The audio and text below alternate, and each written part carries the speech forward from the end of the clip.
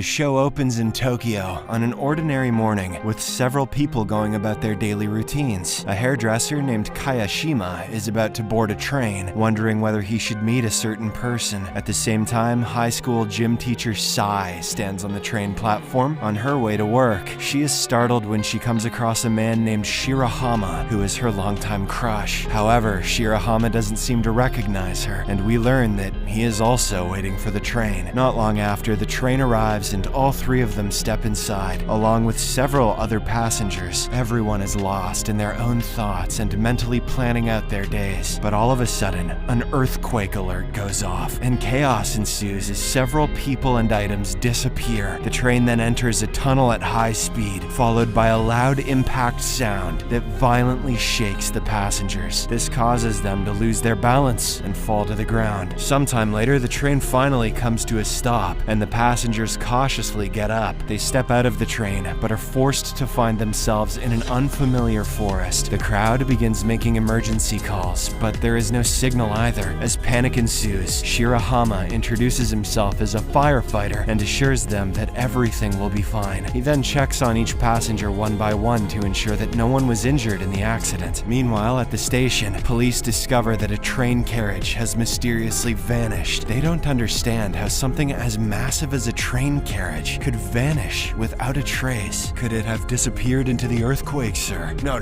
don't make sense. Back at the train, Shirahama decides to enter the tunnel to see if they can find any help. Sai and Kayashima also offer to accompany him, to which he agrees. They then begin walking through the tunnel until they reach the end, which shocks them. There is not a single building there. All they see is a vast desert and mountainous terrain. Shortly after, the trio returns to the train and informs the other passengers about what they saw. This makes the crowd even more terrified, and they believe that they are in another world. Shirahama then approaches everyone and asks for their names so that he can make a list. All 46 passengers share their details except for Kayashima, who refuses to reveal his name. Meanwhile, Sai is impressed by Shirahama and recalls that he visited her school to give firefighter training. That was the moment she first saw him and started liking him. Later, a girl named Rina comes across a newspaper article about a murder suspect seen near the train. She then becomes hungry and checks the bag next to her in hopes of finding some food. It turns out to be Kayashima's bag, and all she can find is a pair of scissors and a letter from prison. Rina quickly puts the stuff back where it was and secretly steals food from another bag. She eats most of the food and hands the plastic bag to Kayashima. Afterward, the passengers become hungry, so Sai checks her bag to distribute some of her food, but she is shocked to discover that someone has already stolen it and demands to know who the thief is. Kayashima is seen with the food bag, so Rina wastes no time in accusing him. She even reveals how she found a prison letter and weapons in his bag, implying that he's a criminal. Kayashima denies the accusations, but people don't believe him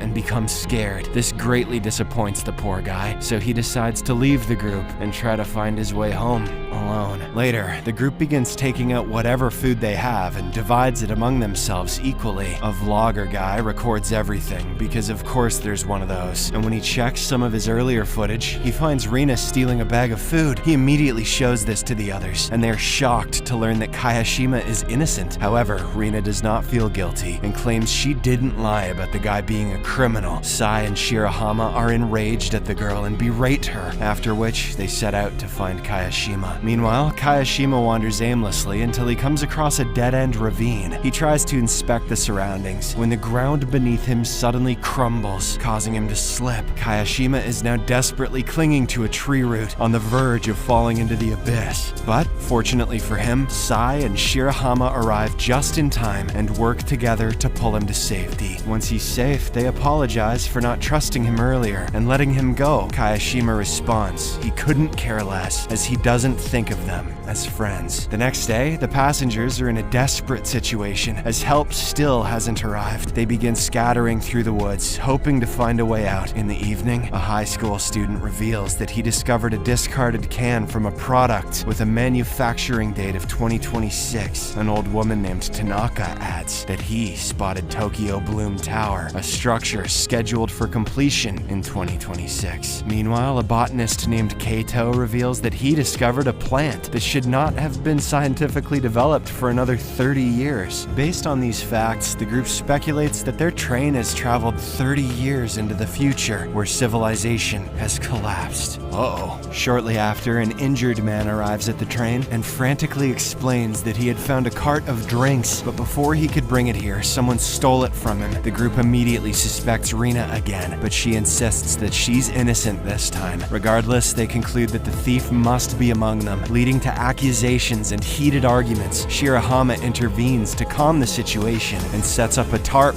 to collect rainwater, hoping to capture at least some dew. Unfortunately, it doesn't rain, placing them in an even more hopeless situation. The next morning, the train conductor catches Tanaka with a water bottle and realizes he's the cart thief. He immediately brings him to the other passengers and reveals the truth. Tanaka doesn't deny this and offers to trade the water for money, since only he knows the location. But Kayashima grabs the old man and threatens to kill him if he continues to be an asshole. This terrifies Tanaka. I was just kidding. And he finally leads the group to the location of the cart. Everyone is given one water bottle, which makes them happy, but they know it won't last long and must find a source soon. The next day, a small group sets out to search for a water source. They come across a few frogs and damp ground along the way, indicating that they are getting close to their destination. After hours of walking, Shirahama ties a safety rope and carefully climbs a cliff, while the others remain on the bottom. He finally finds a fresh stream of water and informs the others about it. However, as Shirahama walks further, he is stunned to see a vast sea nearby, with Mount Fuji visible in the distance. But this is not the Mount Fuji they remember, as there is no sign of civilization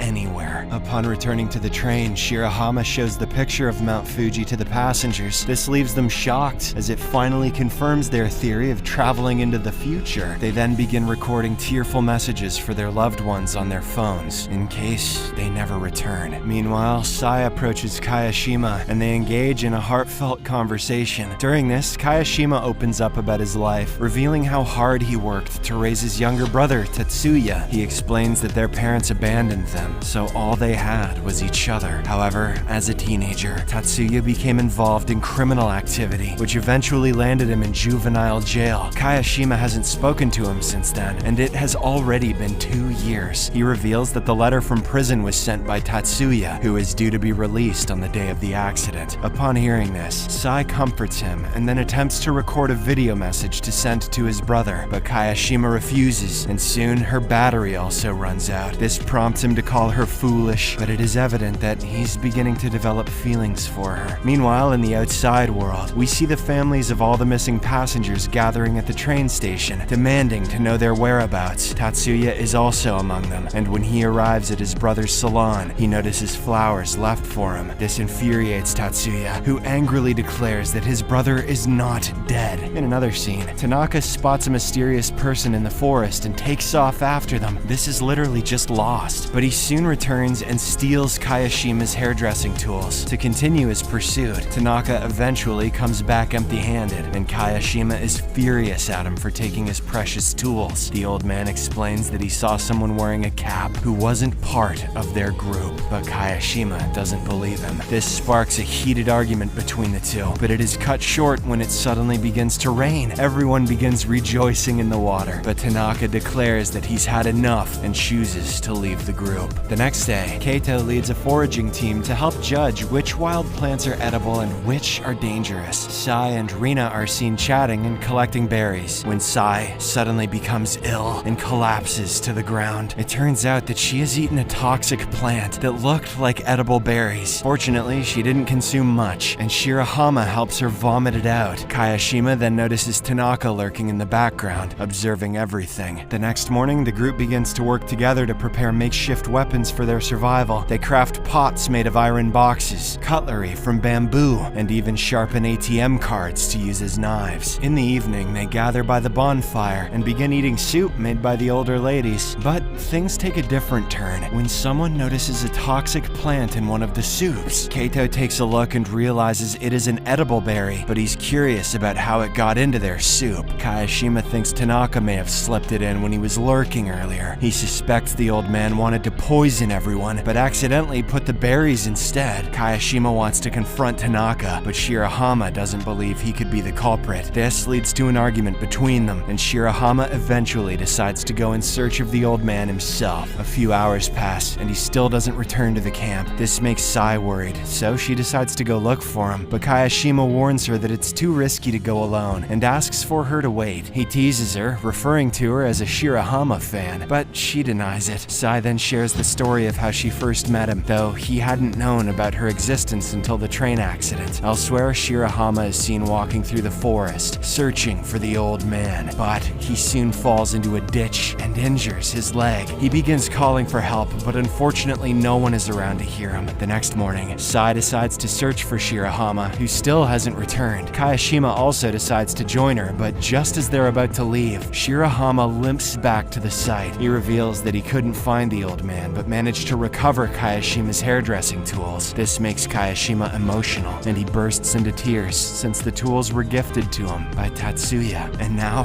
he can make everyone fabulous. The other two console him, promising that they will soon find a way home so he can reunite with his brother. Afterwards, Shirahama speaks to the group and explains that the soil was quite damp in the area where he was last night. He suggests that if there's a river nearby, they might be able to catch some fish as well. The group is thrilled by the idea and becomes determined to find the river. Meanwhile, in the outside world, police are looking for a suspect in a cap who stabbed someone at a train station a few days ago. Based on the CCTV footage, they discover that the suspect boarded the same train that mysteriously vanished. Returning to the forest, we see Shirahama, Kayashima, and Keito exploring the woods in search of the river. They soon notice a bird, which suggests there might be something to eat nearby. Keito walks ahead to investigate, and the other two notice a strange man wearing a cap in the distance. Shortly after, they hear a groan, which turns out to be Keito, who has been brutally stabbed. Unfortunately, the culprit flees before they can catch him, and the episode